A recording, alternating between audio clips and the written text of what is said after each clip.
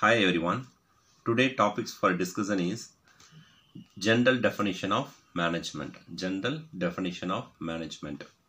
In the organizational structure, inside the organization, the manager allot the resources. Who is the manager? Manager allot the resources. Resources may be human or economic.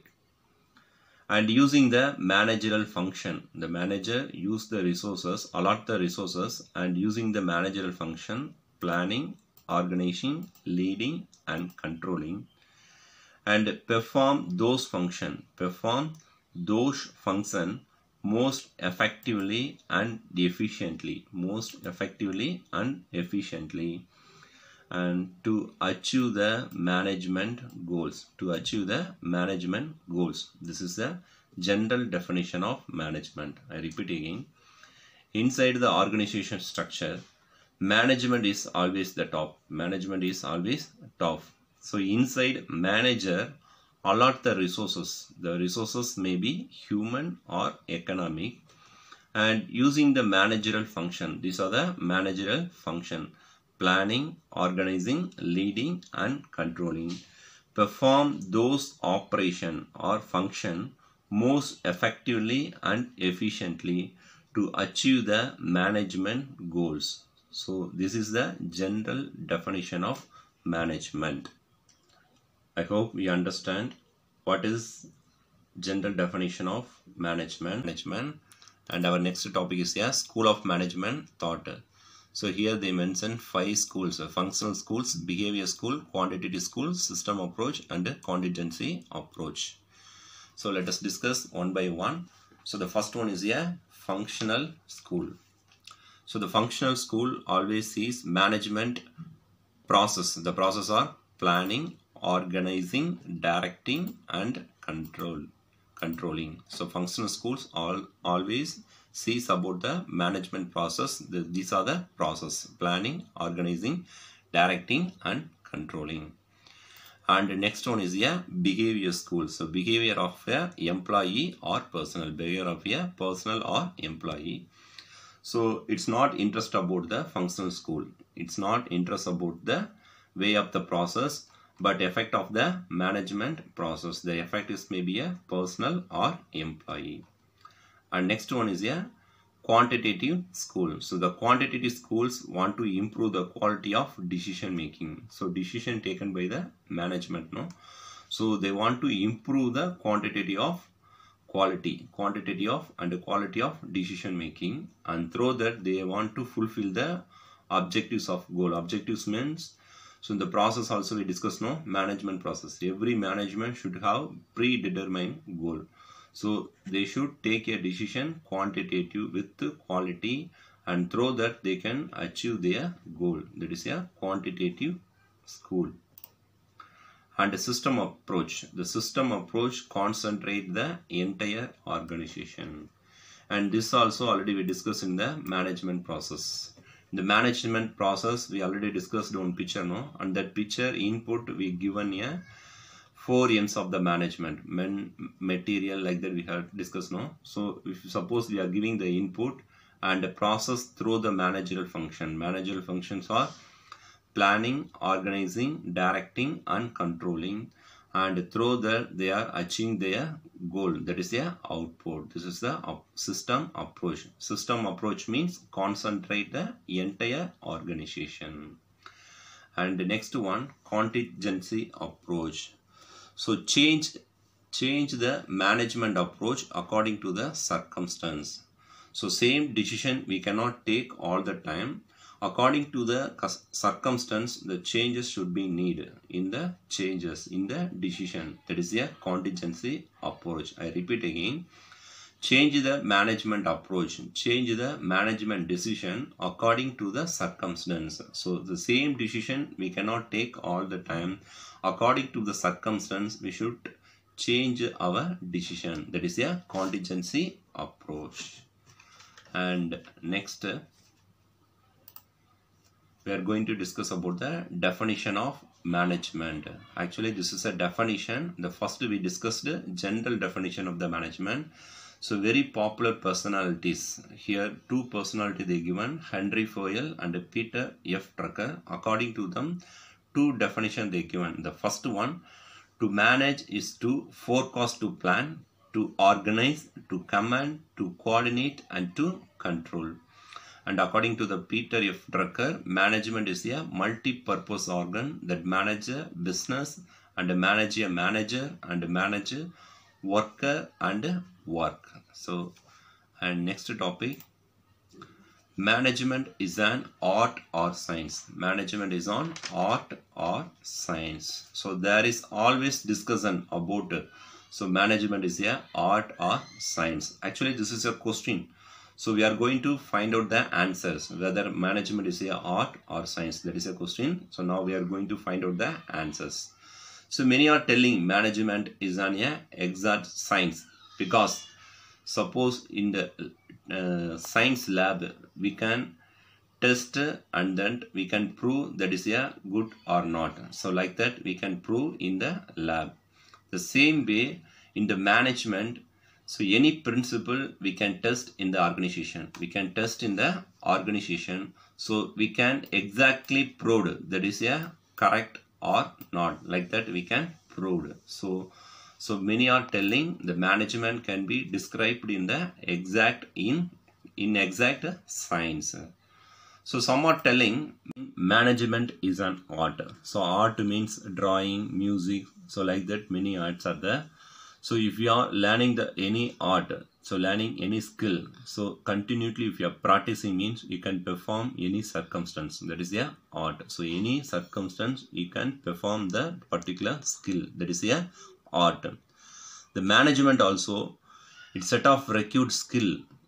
It's depend upon the manager or person. So person to person it vary the skill. So the art of management is fully reflected in the decision making capacity. So some are telling the management is on art. So now we are going to find out what is the management. What is the management is on art or science. So here we are going to conclude. So management is an art and science, because the skill. So here I mentioned art of cooking tasty food. That is one of the skill. That is the art. So here we mention logic. How to cook food to make it easy way. How to cook food to easy way. So according to this, management is an art and also the science. So here skill is a art and how it will be work. That is a logic. That is a science. So management is on art and science. The topic is very interesting topic. Span of management. Span of management. Before we get in this, let us understand what is the basic definition of span of management. What is the basic definition of span of management? So the number of subordinate which a manager can manage effectively. The number of subordinate which a manager can manage effectively. So that is a span of management. So let us take small illustrate for this. So here one boss is here. Here one boss. Under the boss, three managers are here. A, B and C. Three managers are here. And every manager have one subordinate. Every manager have one subordinate. Okay. So if we draw this kind of pictures,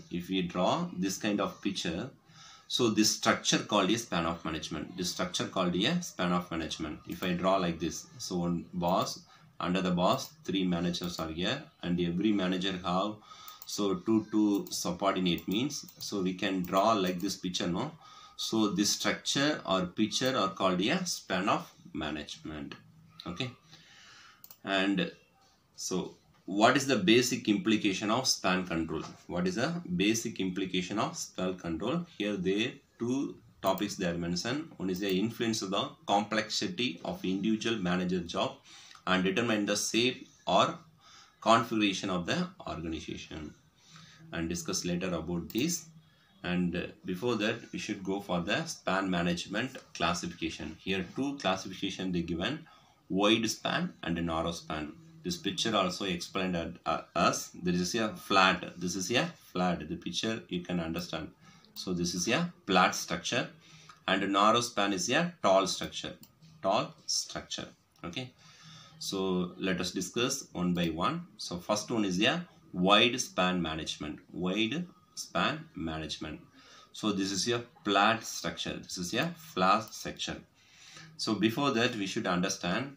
So why we are telling this is a flat structure? Because here only 5 fans are here. 5 levels are here. This is a level 1, 8, 2, 3, 4, 5.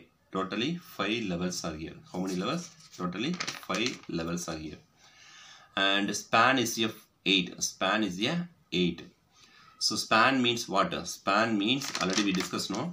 The number of subordinate which a manager can manage effectively. So here boss can manage a 8 manager, and each 1 manager can manage a 8 supervisor. Okay, so that is a span. That is a span of management. Okay, so here some drawbacks they are given.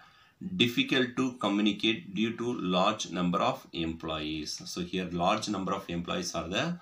So the communication is a problem here. And a small number of levels. So here only 5 levels are there. 1, 2, 3, 4, 5. So small number of levels are here.